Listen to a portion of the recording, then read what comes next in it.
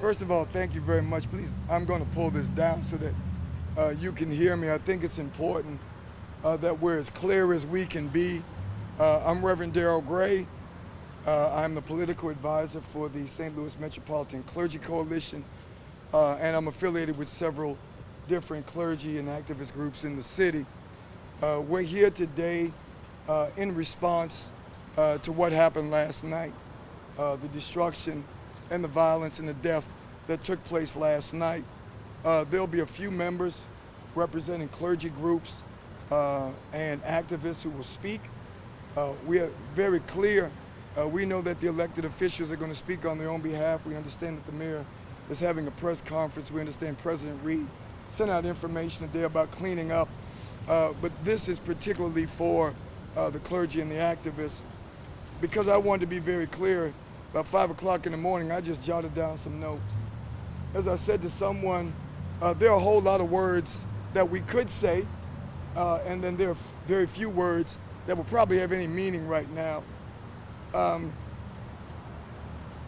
me start by saying that we've made it clear that as nonviolent, civil disobedient activists, we understand the difference between peaceful and nonviolent. We've made that very clear throughout the last few days, that the actions that we take most of the time will not be peaceful. The anger and the frustration and the hurt and the pain that a community has faced for over 400 years is not going to result in peaceful. But we are trying to be, and we've continued to try to be, nonviolent. And those of us who have organized, as most people have seen, nonviolent civil disobedience. We also understand that protest is organic, and so what you've seen at night is still anger and is still frustration, but it is not organized by our groups. We've said to the mayor very clearly that we understand that there are police that have embedded themselves within our groups. Police, city, county, state, and federal. So police officers know who have been involved in what happens at night. Let there be no mistake. And the police have said, to their credit, and the mayor and other elected officials, that they understand that it is not the organizers that have been organizing during the day. Let me be clear. We're not here to put blame on anybody. That's not our role. We're not here to judge anybody. We do not condone acts of violence. We've made that clear. But we also are here to say, please understand the acts of violence. Try to understand it, although we don't condone it, and that we are all responsible. All of us have a responsibility as to what has been happening in this city and around this country. The church has a responsibility. Elected officials have a responsibility. The media has a responsibility. We all do. And you can't get more upset about a police officer getting killed and less upset about black people who are not police officers being killed.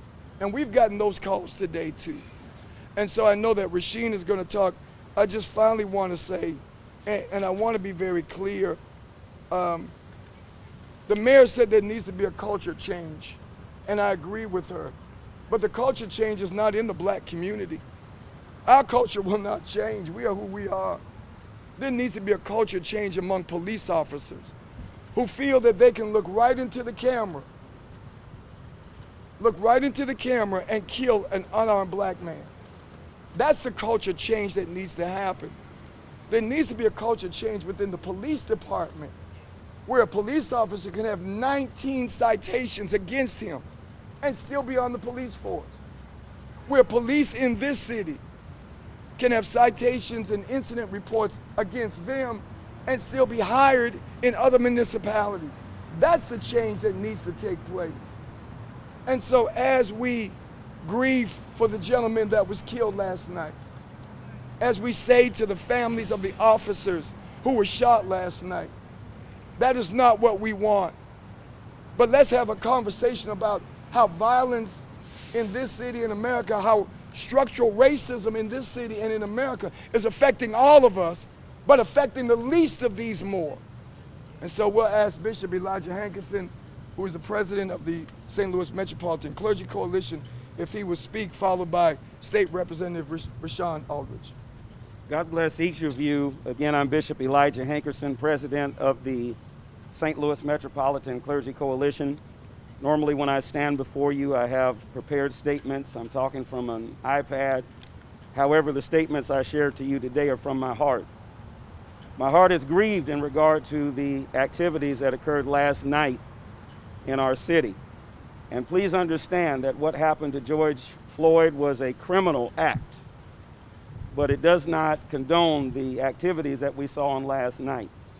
And I want you to know, as the clergy, we have stood together with activists, and these activists have made it clear that it is a nonviolent expression against injustice.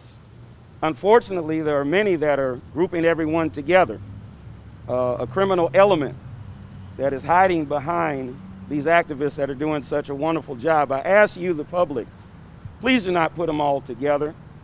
And also, please let's not lose sight of fighting against injustice in our city and in our nation.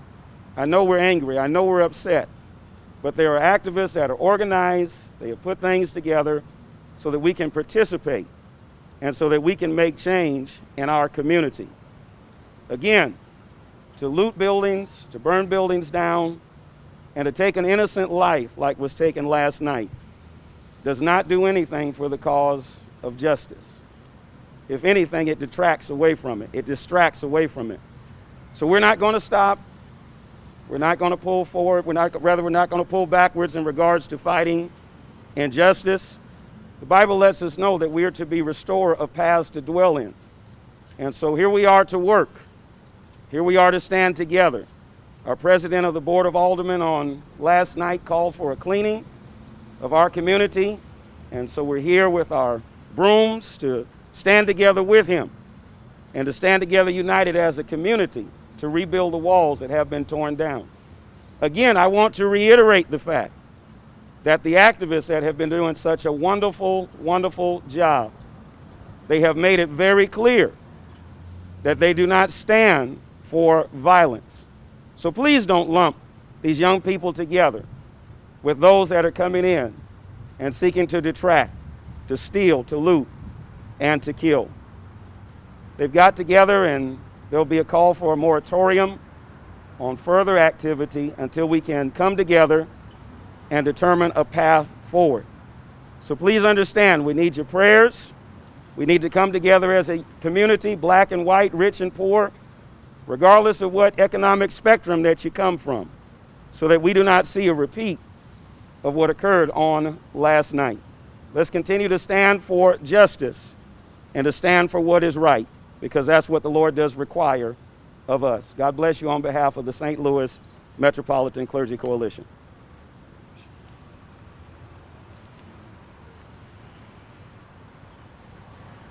I don't know if it's morning or if it's evening. I'm running on an hour of sleep. Thank you all for being here. My name is Rasheen Aldridge, activist, also state representative of the 78th District that represents some of the areas that got hit yesterday during anger that has been overtaking a lot of young people.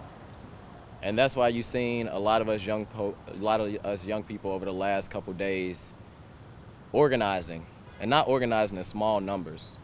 If you look at what took place in Clayton, a peaceful protest, very organized, with over 5,000 people able to come out there and talk about the death of George Floyd. But not just the death of George Floyd, plenty of injustice that has been going on in our community for a long time, and that's why people are angry. Or if it was action yesterday, where activists once again came together, and we didn't just protest, we had demands. We had demands for elected officials to fulfill that we could feel like will move our city forward together. And from there we took to the highway, and it was all very peaceful, it was all very organized. But when I do say peaceful, I don't want to neglect that peace does not mean that people are angry. I do not want to neglect that peace does not mean that people may curse, or they may say we're going to shut it down, or they may not abide by the order when it comes to taking to the street.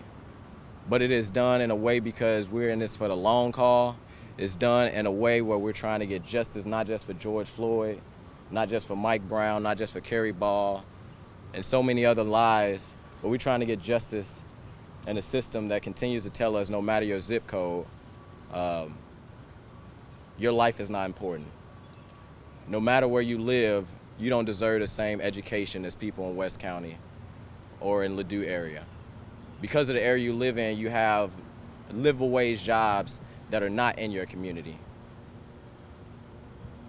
It's hard to talk about what took place last night because while I am saddened about the individuals and business owners that have to rebuild, especially black business owners, in communities where black people have to shop, in communities where we have to go when it's all said and done.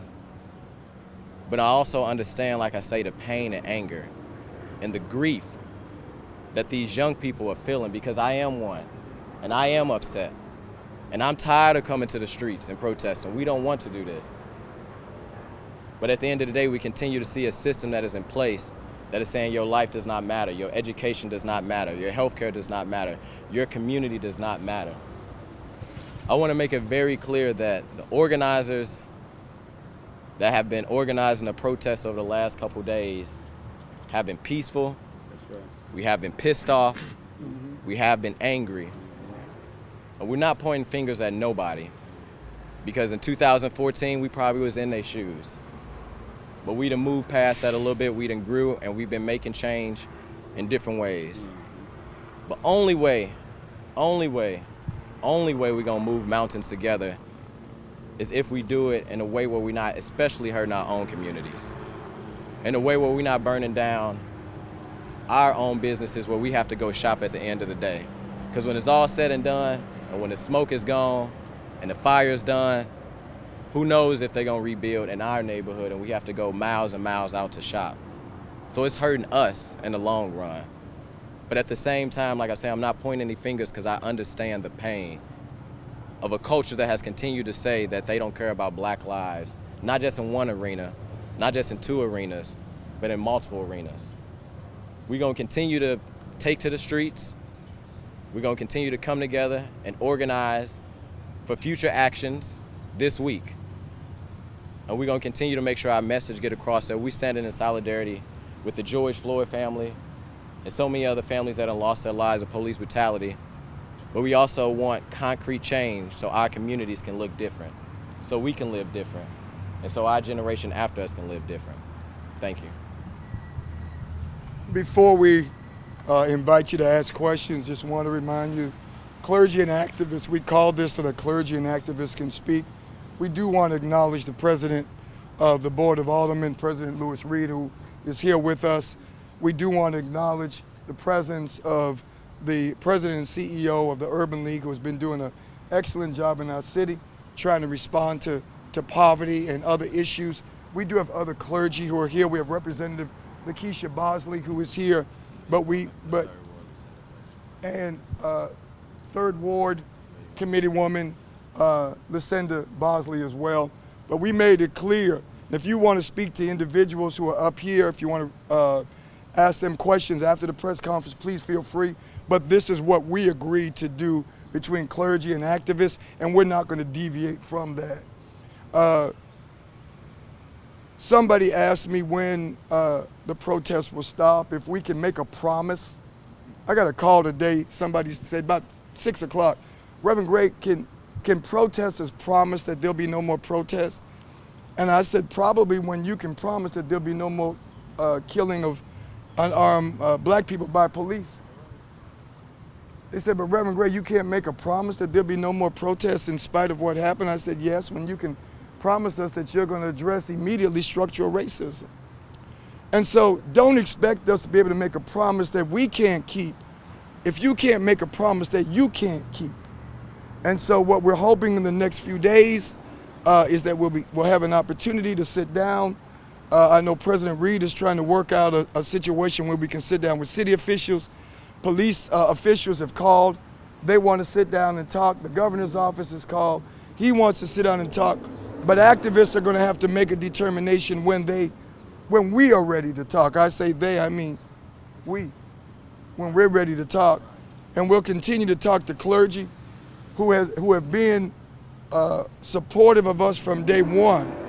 And so if you have any questions, we'll try to entertain some questions. And then after that, once again, if you have individual people that you want to talk to, please feel free to do that. But we have a certain protocol, and we ask everybody to respect that. So my office last night, with all the stuff that was happening, we spearheaded an effort called Restore St. Louis, and we brought a ton of volunteers all over the city together to come out and clean up all of the businesses that were destroyed. So we started at Cass and Jefferson's, cleaned up all of that area, came down to Washington Avenue, cleaned up that area, out to the Victor Roberts building, and now we're gonna head up on Tucker, because there's one more small spot that we're gonna try to hit. But we've hit all over the city, and I cannot thank all the volunteers enough. And to all the volunteers, thank you so much for coming out, cleaning up our city, and doing it in a unified manner, and showing what St. Louis is. So I cannot thank people enough for doing that.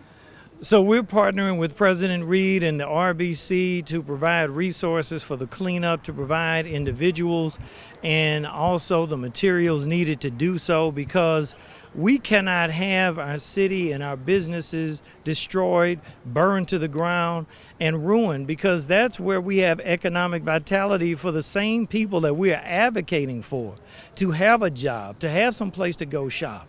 When you look at Ferguson 6 years ago, 17 businesses burned to the ground. 6 years later, only one site has a new building. So when you hurt economically devastated communities in the first place and then make them even worse off, it's even harder to rebuild. And you have less and less interest in people coming to rebuild. So that is not the way for us to move forward as a community. Peaceful, legitimate civil disobedience is the way to bring about attention to the tragedy of Mr. Floyd and what has happened. Not shooting police officers, not attacking businesses, not burning down facilities, not looting. That takes away from the narrative and gives individuals that really don't want to focus on the racial injustice a conversation piece for them to deviate from the real issue at hand.